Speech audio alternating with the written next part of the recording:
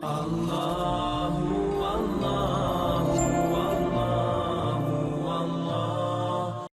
Saya mencintai Ustaz karena Allah, ahabbakallahu alladhi ahbabtani fi. Terkait bahasan ini, apakah menyesali perceraian itu termasuk mendustakan qadar? Juga tentang hadis perceraian adalah sesuatu yang halal tapi dibenci oleh Allah. Apakah sahih hadis ini? Hadis itu sahih tentunya. Amal halal yang paling dibenci oleh Allah adalah cerai. Itu dulu saya jawab hadisnya sahih. Kemudian kalau masalah menyesali perceraian, apakah itu mendustakan qadar? Tentu saja menyesali tidak. Kalau menyesali, ya, yang masuk dalam masalah dosa ini memungkiri. Kalau menyesali, kita pernah mencuri terus dipotong tangannya, dia menyesali perbuatannya itu, tidak masuk dalam mendustakan qadar.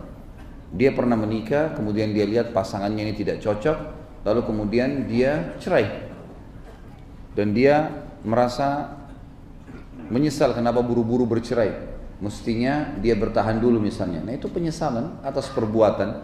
Ini tidak termasuk dalam mendustakan qadar, insya Allah. Ya, tidak masuk dalam mendustakan qadar. Dan berbicara masalah perceraian, saya sudah berkali bahasakan teman-teman sekalian. Tidak perlu seseorang itu menggunakan cerai. Kalau anda sudah menikah, dari awal menikah diniatkan memang ini kehidupan abadi sampai di akhirat sana. Sekalian, memang ini nikah suami istri sampai di akhirat. Setiap ada sesuatu yang belum terpenuhi dari pasangan kita, kita niatkan masih ada hari esok, masih ada lusa.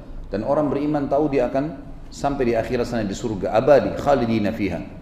Nanti di sana dia bisa berbagi. Saya kadang-kadang bilang sama istri saya, kalau ada sesuatu yang belum bisa saya berikan, kita masih punya hari esok, masih ada hari lusa. Dan kita menikah ini sampai ke surga sana. Sekarang belum bisa, besok bisa, lusa bisa. Semuanya bisa dijalani bagi orang beriman. Jadi cerai ini harus dijauhi, ya. Ingat teman-teman sekalian, ada sihir atau tidak ada sihir, selalu target syaitan perceraian. Sebagaimana hadis yang sudah kita tahu sama-sama masyhur, iblis memiliki singgasana di lautan kata Nabi SAW, dan dia setiap hari menerima laporan anak cucunya. Ada yang mengatakan berkelahi, membuat orang berkelahi, ada yang mencaci maki, ada orang yang mabuk, dianggap biasa oleh iblis. Nanti ada yang mengatakan saya menceraikan suami istri, barulah oleh iblis dianggap itu sebuah prestasi yang sangat besar.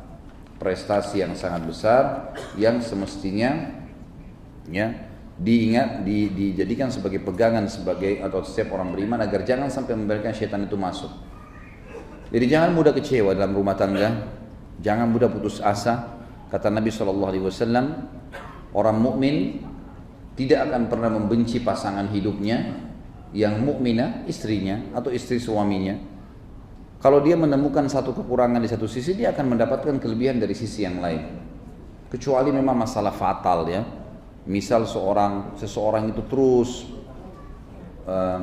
terjerumus dalam maksiat, mabuk terus, suka memukul, tidak menjalankan kewajiban-kewajiban, istri yang nusyud, keluar rumah sembarangan, tidak izin, berselingkuh, berbuat zina. Nah itu lain, diingatkan tidak mau tobat, ya ini saatnya kita berpisah, ya.